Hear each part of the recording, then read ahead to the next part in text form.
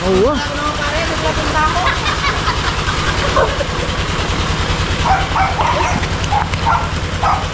Para daw wala tagayan yan. Dapat now nito medyo lugaw ng kaunti. Lugaw. Tapos ayan oh. Pwede naman pala gupit-gupitin. Tapos nalagyan pa ng ano yan, papayam. Asin, hindi na.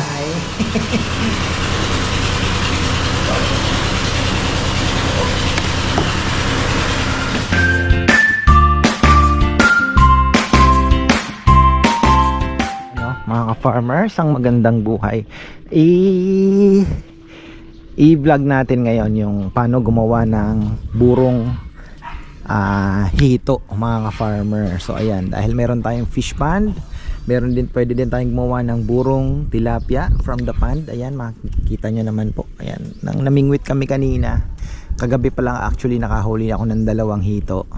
Tapos kanina ayan, nagbingwit din po si Dex. Nang huli din po siya ng hito. Ay, malinis na.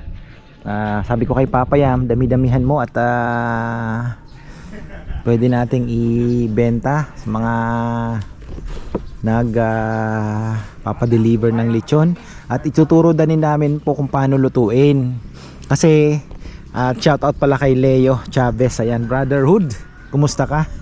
Iyahalin tulad ko lang sa iyo. Tatawa kasi ako sa kwento mo eh. Bumili po siya ng buro ngayon. Sa Guagua nung nag-adventure po sila, bumili siya ng buro para nga daw matikman ano ba itong burong ito. So ayan, kasi sa mga Kapampangan, actually sa Kapampangan, Bulacan, Tarlac, alam po nila yan. Alam po nila yung buro, no. Actually man na rin eh, nag-spread na din po yung buro kung paano ginagawa din. Pero yung iba, me as a Bicolano, dito lang po ako sa Pampanga natuto niyan, kumain ng buro. Actually nung namamalengke ako, ano ba yung nakatimba ako na parang, sorry sa mga kumakainan, parang suka. suka ha, as in vomit, no, parang ganon. Na kung may parang ano ba ito, kako butiki pa nga nung una kong pagka-explain eh, sabi ko may parang may butiki na nakalagay doon sa ano, yung pala dalag tsaka tilapia ako na parang lugaw na ano mo yun, yung pala ay buro, mga ka-farmer. So it's a Kapampangan ano delicacy na fermented. Pag in English mo, mga farmer, fermented rice with minsan may gurami, dalag, hito, may hipon, may tilapia, mga farmer. So ayun, masarap po siya. So ayun, ituturo din namin kung paano iluto yung buro at paano ginagawa muna. So ayun paano namin ginagawa. Si Papa yung manggagawa, mga farmer. So from Guagua, ayan, i-fillet niya, special i-fillet niya yung hito, mga farmer. Tapos magbuburo siya. So ayan, pakita natin kung paano ginagawa. Ngayon, malinis na yung hito, good size. Tapos i-imbak yan, di ko lang alam kung ilang araw. So ito na yung hito. Mostly, roughly, mga ilang kilo to, Papa? Mga 2, no? 2 kilo, may nahuli si Dex kanina. Nakawala, ang laki. Oh, tumupiro yung... Oo, ang laki. Hindi kaya ng maliit na hook yun. Ang laki. So ito, i-fillet mo pa ito. Oo, parang wala na talaga. Wala nang tinik. So ayan, pakita na natin. Matutulong ko yung tinik. Oo. Wala. Masarap yung kinuha mong huli nga. Yung anong yun, special yun. So ayan, try natin ibenta mga ano natin, magpapasabay ng hito. Ayan, oh. Sideline ni Papayam yun. Papayam, sideline ni Papayam. Para makaipon-ipon daw si Papayam ng ano, pangbili niya ng ano. Ano ba yung bibilin mo, Papayam? So ayan, sa mga gustong mag-order, subukan natin, no, burong hito. Dahil nakalagay sa tumbler. Pero luto na yon para ano. Paano kayang napapatagal yun? Gusto mong mag-ano nga ng gano'n eh. Yung... Ano yun? Oo. Yung tilapia, ano. Oo. Pero yun, kung mga gustong mag-order, magpasabay po kayo. Tingnan natin kung magkano. Kayo na daw bahala, sabi ni Papa, ayaw niyang presyohan eh. Sabi ko kay Papa, mas mahal yun kako. Oh, so ayan, pakita natin.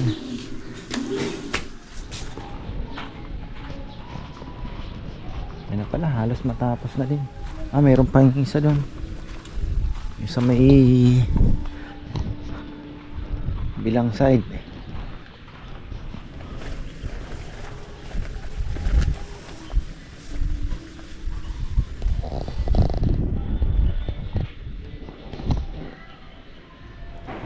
Buti nakahanap ng ka-design ng ano. Tama lang, bagay na bagay.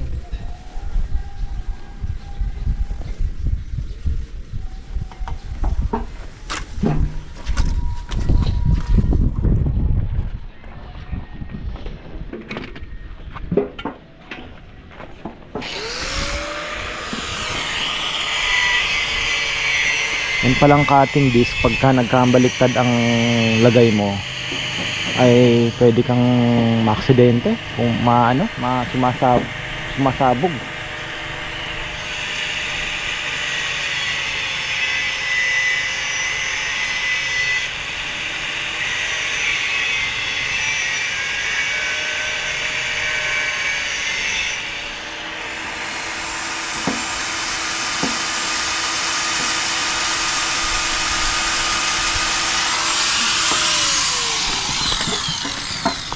Ayan o, nakasaing na po tayo.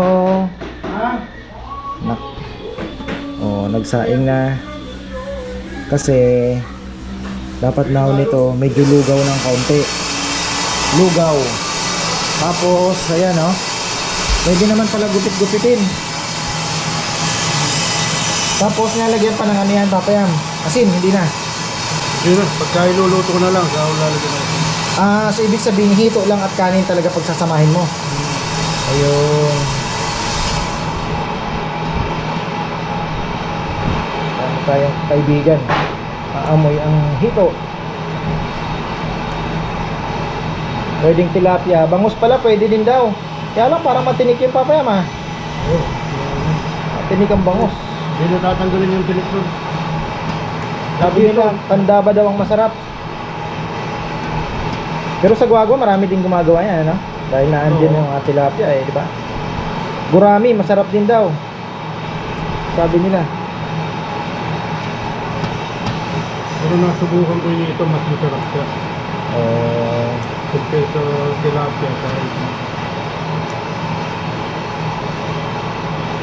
Alaman ng hito natin, syempre, tilapia kinakain yan. Tapos yung kanin, medyo hindi naman lugaw na lugaw. Yung medyo malambot lang ano. Wag naman na lugaw na ano. Medyo panganay ng kaunti sa lugaw mga ka-farmer. Marami-rami ang gagawin namin dahil kagaya kay Dr. Baltasar, alam ko palagi din po siya nagre-request nito ng buro. Masarap daw yung buro ni Papa yan. Pero maganda sana yung luto na. Yung iba kasi naglalagay niyan pag niluto may luya yung iba, no? Ako naalala ko nung nagluluto may luya din eh. Pero masarap din yung wala.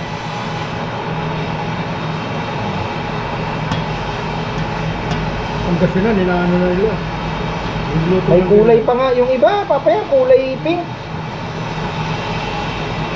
So, nagano sila ng ganyan, kinakain ng sariwa.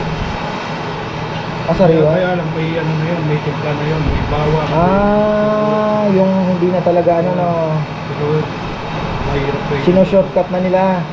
Mahirap kayo ng pagkagan. Dapat talaga yung nakaproseso talaga na ano. Dumaan sa proseso. Yung naluto talaga. Ito, iluluto mo ito pa yan? Doon? Hindi.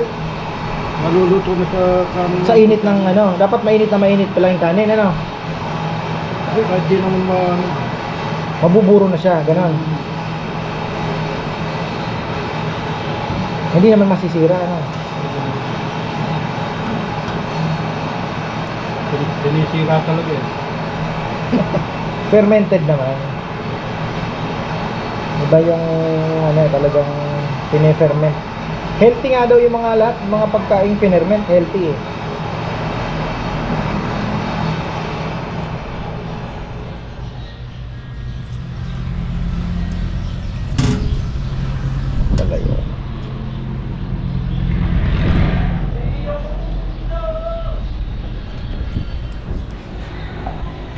Nalo na pala yung kanin, no? Dahil hindi minalo yung bigas natin. Ano sa ano, hindi naluluto sa ilalim. Oo nga. Dati natin to, diba? Yung 160. Okay na yung tubig na yan, papayang.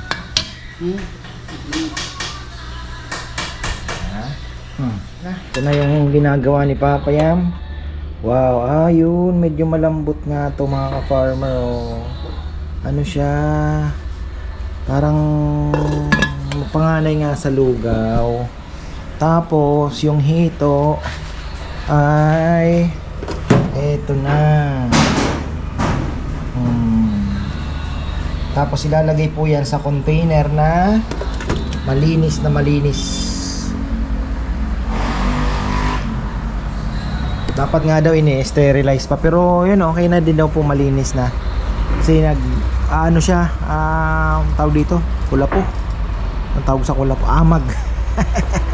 So kailangan po walang dapat malinis daw para hindi magkaamag. So fermentation talaga siya.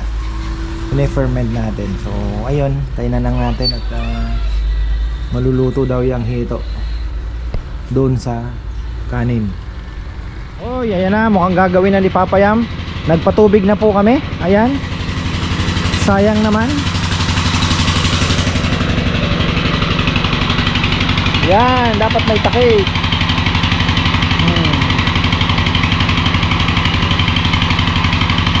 Ang lakas naman yan. Malakas yan. Malakas. Yan yung yung tubig. Sobrang lakas niyan. Nakatodo. Oh. Lakas na. Del, may diesel? Tingnan mo kung may diesel. Ano? Punta.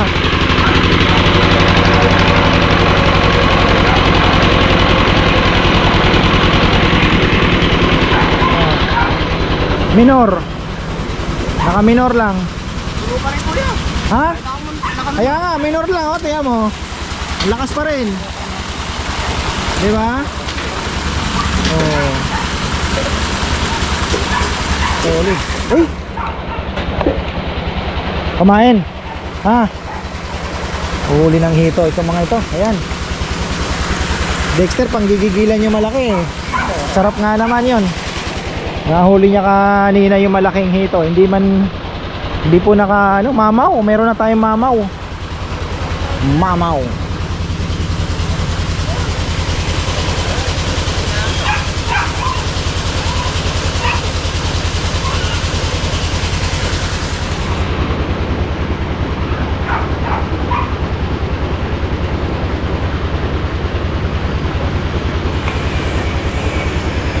Matatawag na sila niyan dahil may lagastas ng tubig eh. Lakas oh. Naka-minor lang. Oh, minor na minor lang yan ha. Tingnan mo naman kung gaano kalakas. Kung wala pang minor ka, ganyan lang. Ay, nakatodo na yan, hindi pa ganyan. Nakatodo na, hindi pa ganyan. Tingnan mo naman ito no, tak lang. Parang 3 oras na pagsilip ko sa tangke mo. Silip na silip pa yung diesel. Tipid.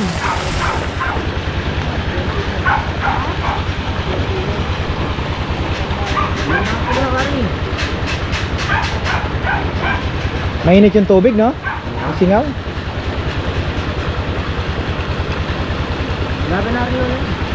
Sa drawer nga daw. Susi.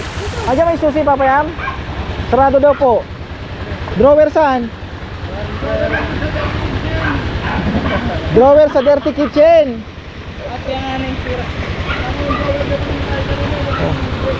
O yung pain, kinain ng Tapon, ganyan din ginawa sa akin. Atay yung pinamain ko. Oo. Dahil balat ng manok nga kinuha yung balat. Gusto nila yung balat ng manok. Ay, pabo yata yung manok. Kinuha ko yung balat. Nahin ko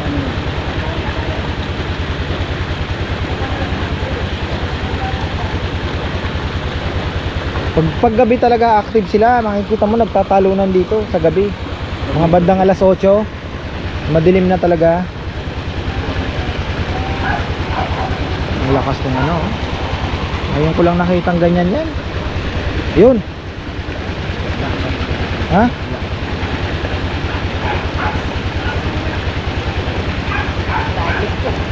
Ano?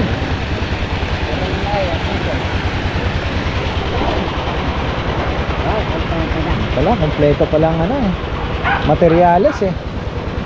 Bastard. Ayun. Yan. Alam ko may mga binili talaga ako eh dati. Ayan, yan talaga ang pang ano, mamaw. Ano lang yan? Maliit yan, maliit yan. Ulit ko to Ha? Maliit pa yan kasi yung hitong malaki kaya mo mahuli sa malaking taga eh. Pero yung malaking hito hindi mo na mahuhuli dyan. Wala na ko eh. Yun ang pinakamalaki. Oo. Yung sa kay mustard, wala. Baka Okay. itong kay mustard malaki.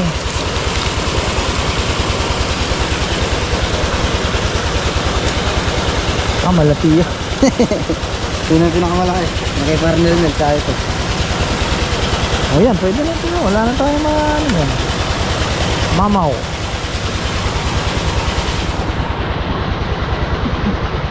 May nanuyo. Ha? Meron? Oo, nakawala. Ito yata ga. Ha? Ito yata ga. Eh, maragol. Mabigat no? Kala ko pa naman makaka-video na tayo. Yan o, hindi pa hinahalo ni Papa Yam yung ano. Dito na muna tayo. Habang naghihintay ng gurong hito. Hintay kami ng dilim. Titingnan namin kung gaano kaliwanag yung... Ay, ba solar din yung kuya? Hindi, mahina ang solar. Iba talaga yung sa kuryente talaga. Maliwanag. Ay, yan yung mga kalapati natin. Ang dami mga farmer oh. Pinakawalan ko kanina pagkatapos nila. Ay, di na pala ako nagpakain. Ano?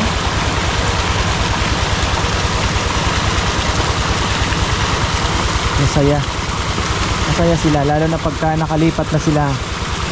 Sana ay wag na nilang hanapin yung luma nilang bahay.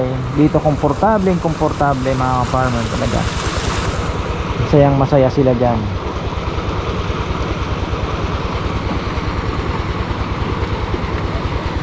May ulit kayo kain mo. Oh, kapit na.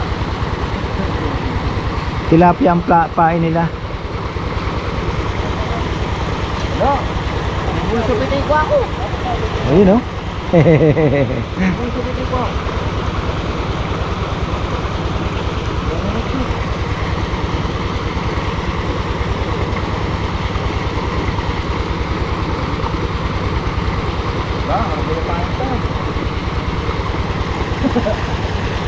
Ababa, may kalapating bu. Ba't bumababa? Ay, kakulit na. Oo, bumaba. Uminom ang loko. Ano ba? Oo, Yata ko ya? akin yan. Yan yung ano. Bago lang yan eh. Bago lang yun. Ha? Kaya nga no, takloban lang muna no para hindi umuwi doon ano.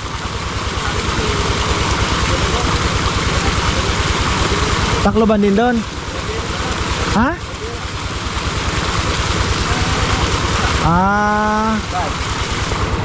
Para hindi tumambay.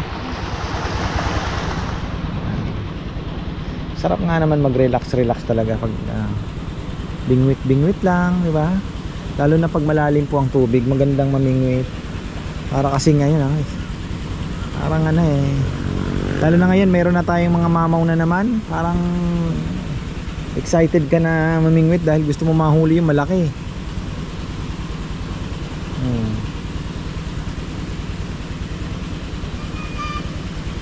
Naghihintay kami ng dilim dahil ayun mga farmer yung ating ilaw na linagay. Tingnan natin kung gaano kaliwanag.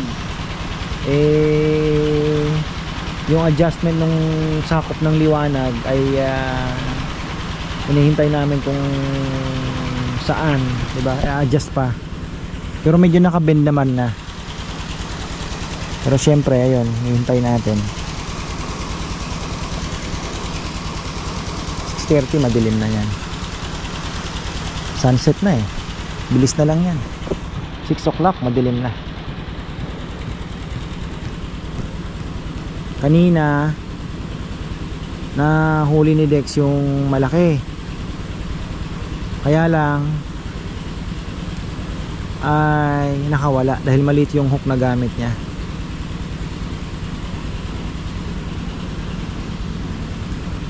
Kasi mapayam, hinihintay kong haluin niya yung buro eh. So yun, hahaluin na lang po yun. Tapos i-ferment ng mga ilang araw. Tanong na rin natin kung ilang araw pwede na siya. Parang mga 1 week lang yata.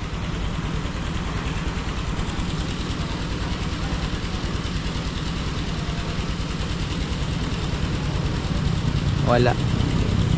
Papatubig din pala tayo. Ayan oh. Yung patubig natin ay hanggang alas 10 yan.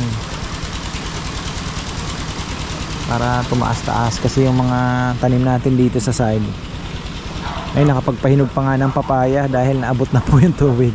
Nung tumaas siya, naabot yung ugat. Kasi syempre ano yan, kakalat yung tubig sa side. Nakasipsip sila kaya gumanda po yung dahon. Kung hindi, patay na lahat yan.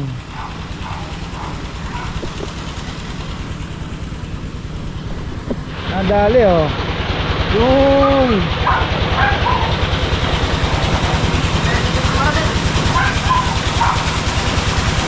nakabapa sa pa ako. Kuya! Ay! Kuya! Kuya naman! Ay! Gabi na kasi.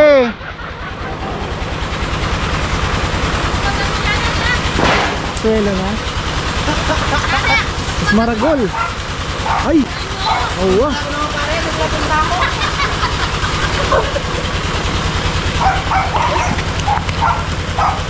Para daw mo tagayan yan. Mahaba no. Ganyan kalaki yung nahuli mo ata Dex kanina no. Mas malaki pa.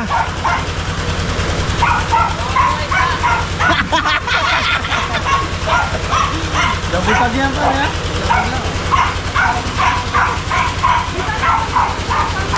Ninunok yung taga na. Naputang nga yung siguro. Hindi kaya makero. Namigo kami. Instant ulam. Ay, karating na. Ay, Kaya na Ay, wow, matagal na. Tiglating ka ako. ah! Wala palang kawala eh. Double hook. Oy. Marami-rami to. Hindi mo natutubigan yan papaya? Hindi na. Magtutubig yan. Basta Magtutubig din siya. Ganun pala. Kanin, halos kanin na siya no. Medyo malambot lang ng konti no. oh. Oh. Tapos ilulubog mo yung hito, hahaluin mo. Oh. Ayun. Yung hito na andito. Waiting na yan. Yan.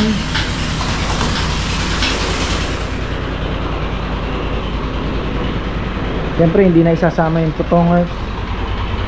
Oh. Kanin talaga yung pagka... Ito daw, kahit sabihin mong ganyan siya, pero kapag paano na, magtutubig na siya, na medyo parang lugaw na din. Halos parang kanin lang na malagkit-lagkit ng konti. Ano pa pala, meron pa tayo sa rice cooker pa oh. Marami. Yung nasa rep natin, pwedeng initin yun para may buro ngayon. Oo. Yun pala. Meron tayong termong prito. Yun nga lang, walang pang terno. Meron isda dyan, ganyan kalalaki yata. Malapad na naman. Parang konting dalagang bubog na ano, pero hindi ko alam kung anong klaseng isda yun. Ayan.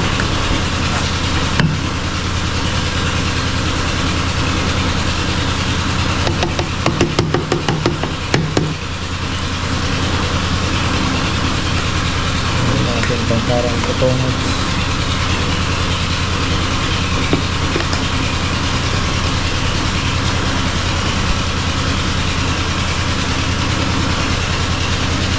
burong hito. Malalaki na yung hito natin ah. Naglakihan na yung mga nakawala. Ang malaki pa ron, yung kayo nahuli ni Rizal. Kanina, nahuli ni Dex, nakawala lang. Laki. Nakita mo ba? Kaya tingnan mo si Dexter ngayon, gigil na gigil eh. Kung mahulit mo. Oo, gigil siya.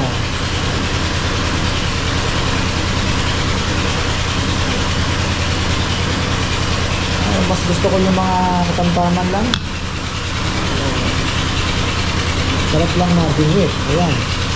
So walang ilalagay dito, ganyan lang pala. Ihahalo na yung isda. Yung tilapia papayam, pag nagbuburo, tinatanggal din yung tinip na mas maganda na.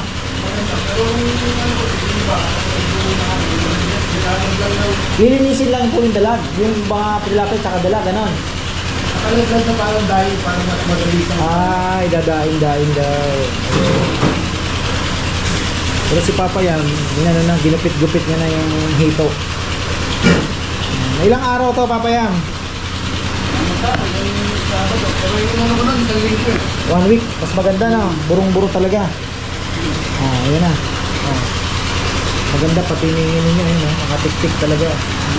Bawas lang ano yan, bawas lang sa... Ayan na. Yun lang pala yan.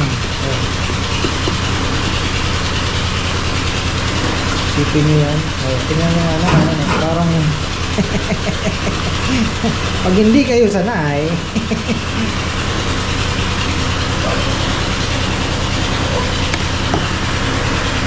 Kaya halo. Meros lang. May mekos-mekos na lang. Sasabaw daw yan. Maluluto na siya sa kanin. Titinda sa palengke, hinaano nila minsan sa drum, yung drum ng giganan. Sila gumagawa sa ano, pero ano yun, kahit hindi sila din takip nila, ang suka yung nilalagay nila. Yung hipon po, ganun din. Oo. Tatanggalan mo ng ano yun, shell. Hindi na, kusaring ano yun. Yung ba nga, kahit may tinig na bulo. May ulo pa. Pagka tumatagal ka, matutunaw din naman. Ano lulusaw daw.